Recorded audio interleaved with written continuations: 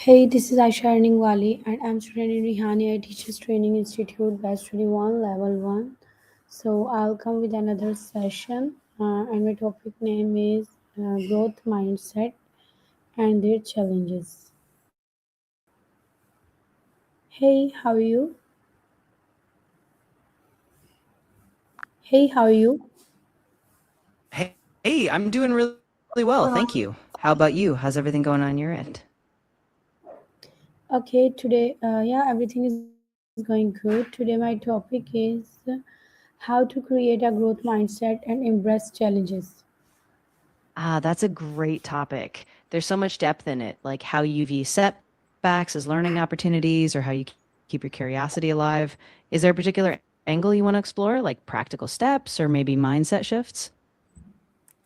Yeah, it's practical steps or particular some questions. Absolutely.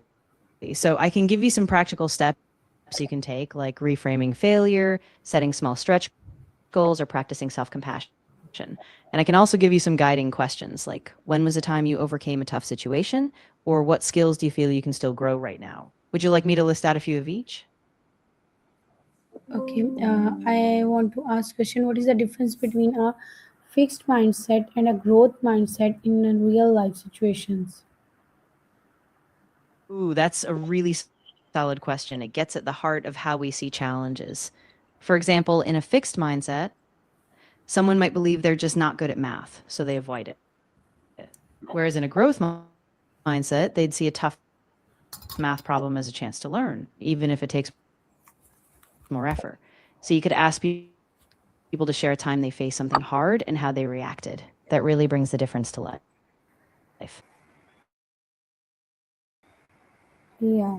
So my question is, like, how do our early life experiences shape our mindset towards challenges? That's a really insightful question. So, our early life experiences, like how we were praised, the types of challenges we faced, or even how failure was framed, can really set the tone for whether we develop a fixed or a growth mindset. If we were encouraged to keep trying, learn from mistakes, and see effort as a path to mastery, we tend to embrace challenges more. So, it's really about those early narratives we internalize. Yeah. So, tell me, why do many people naturally avoid challenges instead of embracing them? Yeah, that's a great follow up. A lot of times people naturally avoid challenges because they're wired to seek safety and comfort. Failure can feel threatening, especially if their self worth is tied to success. So, avoiding challenges keeps them in a familiar zone where failure feels less risky. But with awareness and small steps, that can shift. Yeah. So tell me, how can self-awareness help in identifying a fixed Yeah, mindset? absolutely. So self awareness is key because when you're tuned into your own thoughts, you start noticing patterns. Like if you catch yourself saying, I'm just not good at this, or if you feel afraid to try new things. Once you recognize those fixed mindset cues, like avoiding effort or fearing failure, you can consciously challenge them, reframe your beliefs, and open yourself up to growth. Yes. So what role does language self-talk play in developing a growth mindset? Ooh, that's a really powerful one. The language we use shapes how we see ourselves. If we consistently tell ourselves things like, I can improve or I'm learning, it reinforces that growth mindset.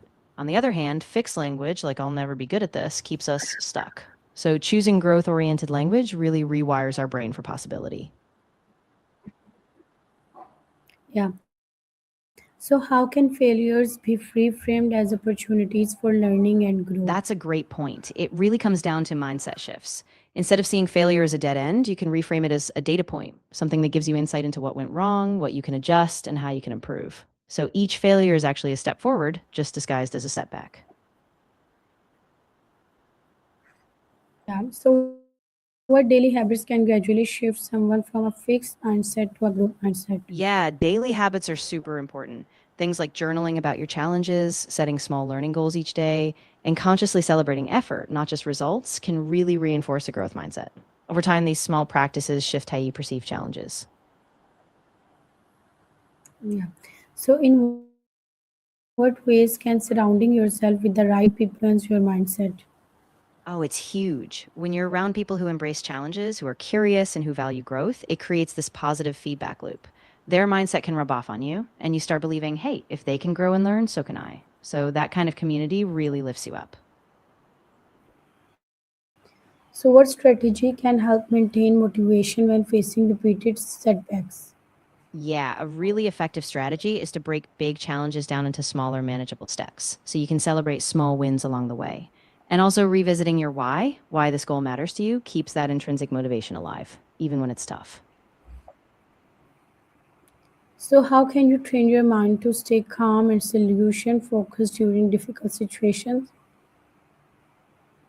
Yeah, that's such a crucial skill. One way is through mindfulness practices like deep breathing or breath meditation, so you can stay present and not get swept up in stress.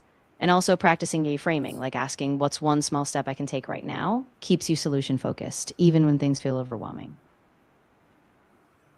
Yeah, so what is the importance of patience and persistence in overcoming challenges? Oh, it's so important. Patience gives you the space to keep going, even when progress is slow, and persistence is what keeps you going despite setbacks. When you combine them, you build resilience. So even if things get hard, you trust that if you stay the course, you'll get there. So, how does a growth mindset influence decision making under uncertainty? Yeah, that's a big one. With a growth mindset, you're more willing to see uncertainty as a chance to explore and learn rather than just a threat. So instead of freezing up or sticking to the familiar, you're more likely to experiment, adapt, and trust that you can grow from whatever happens. Yeah. So, like, can embarrassing challenges improve emotional intelligence? Is if yes, how? Absolutely. When we face challenges that push us outside our comfort zone, especially ones that might be embarrassing, we get to tune into our emotions, like how we react, what we feel inside. And that self awareness is a huge part of emotional intelligence. Plus, as we navigate those moments, we learn empathy, both for ourselves and others. So we become more attuned socially too. Yeah. So, tell me, what role does discipline play in embarrassing long-term challenges? Oh, discipline is absolutely critical. It's what keeps you showing up even when motivation dips or when those early wins feel far away. Discipline helps you stay consistent, practicing daily habits, pushing through tough moments, and that consistency is what turns those short term discomforts into long term growth. Yeah. So, how do high performers use challenges as leverage for success rather than obstacle? Yeah, exactly. High performers see challenges as fuel, they don't back away from them. They break them down, learn from each hurdle, and see every obstacle as a chance to sharpen their skills. So instead of seeing setbacks as a block, they see them as stepping stones, constantly using each challenge to upscale and evolve. So, what mindset shift are required to see competition as inspiration rather than threat? Yeah, that's a big shift. Instead of seeing others' success as a threat, you reframe it as a roadmap. You tell yourself, if they can do it, what can I learn from them? How can I improve based on what I see? So it's about curiosity and collaboration rather than comparison and scarcity. So, how can one measure personal growth beyond external success or achievements? Yeah, that's a really important balance. Personal growth is about your inner journey, your resilience, skills, and how you respond to challenges. So you measure it by how you're evolving, what new perspectives you gain, and how aligned your actions are with your values. So even if external markers like money or titles come and go, you stay rooted in your own progress.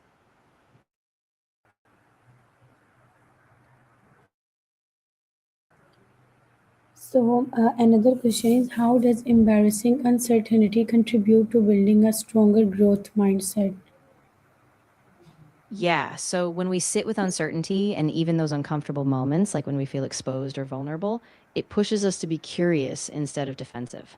We start to see that not knowing the outcome doesn't define us, it's just a part of the process. And in that space, we get braver, more adaptable, and we see growth as something continuous, not just a destination. So, how can visualization technique help in preparing the mind to face difficult situations?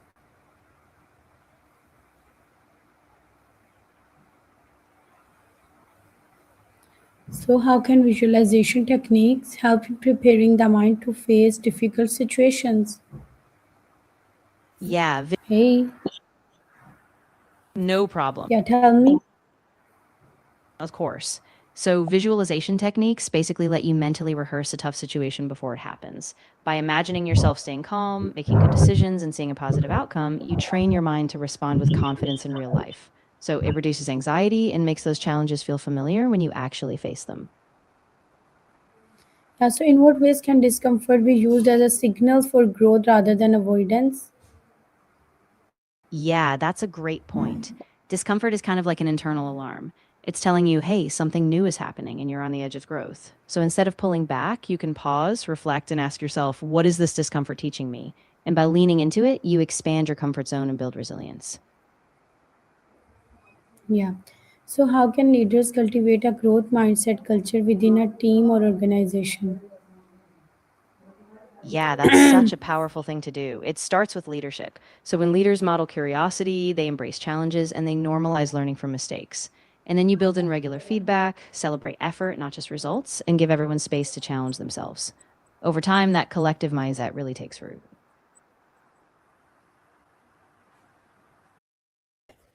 So, my next question is, how can leaders cultivate a growth mindset culture within a team or organization? That's a great question. Leaders really set the tone by modeling that growth mindset themselves. So when they talk about their own learning, when they openly discuss failures as lessons, and when they encourage experimentation without fear of judgment. And then they reinforce it with regular feedback, celebrating effort, and giving people opportunities to tackle stretch goals.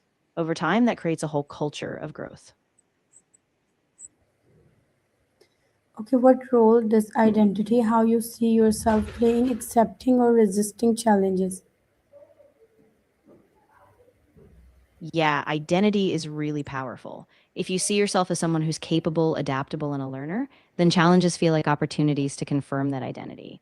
But if you think of yourself as someone who has to be perfect or who avoids failure, you might resist challenges to protect that self image. So, shifting your identity toward being a growing, evolving person is key. So, what cognitive biases prevent individuals from seeing challenges as opportunities? Yeah, a big one is the confirmation bias. So we tend to notice evidence that supports our fears, like thinking, see, I knew I'd fail. Another one is the negativity bias. We give more weight to bad outcomes. And then there's the status quo bias, just sticking to what's familiar, even if it limits growth. So being aware of these biases helps us step back and reframe challenges. So, how can journaling or reflection accelerate the process of mindset transformation? Yeah, journaling is really powerful because it gives you a dedicated space to observe your thoughts and patterns. When you reflect on challenges, write about your reactions, and track your progress, you start spotting old beliefs, you catch fixed mindset traps, and you can consciously reframe them. So over time, that reflection really accelerates that shift. So, how can comparing your progress with your past self may be more beneficial than comparing with others?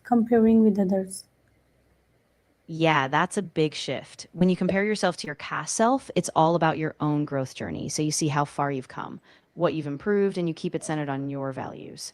When you compare to others, it's easy to get distracted by their timeline or their definition of success. So your past self becomes a more empowering benchmark.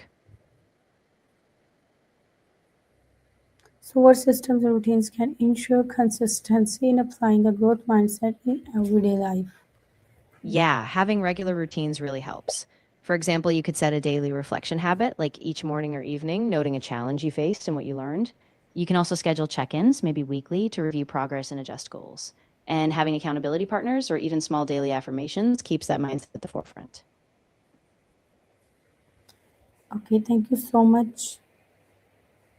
You're so welcome. I'm really glad that was helpful. If anything else pops into your mind or you want to dive deeper, just let me know.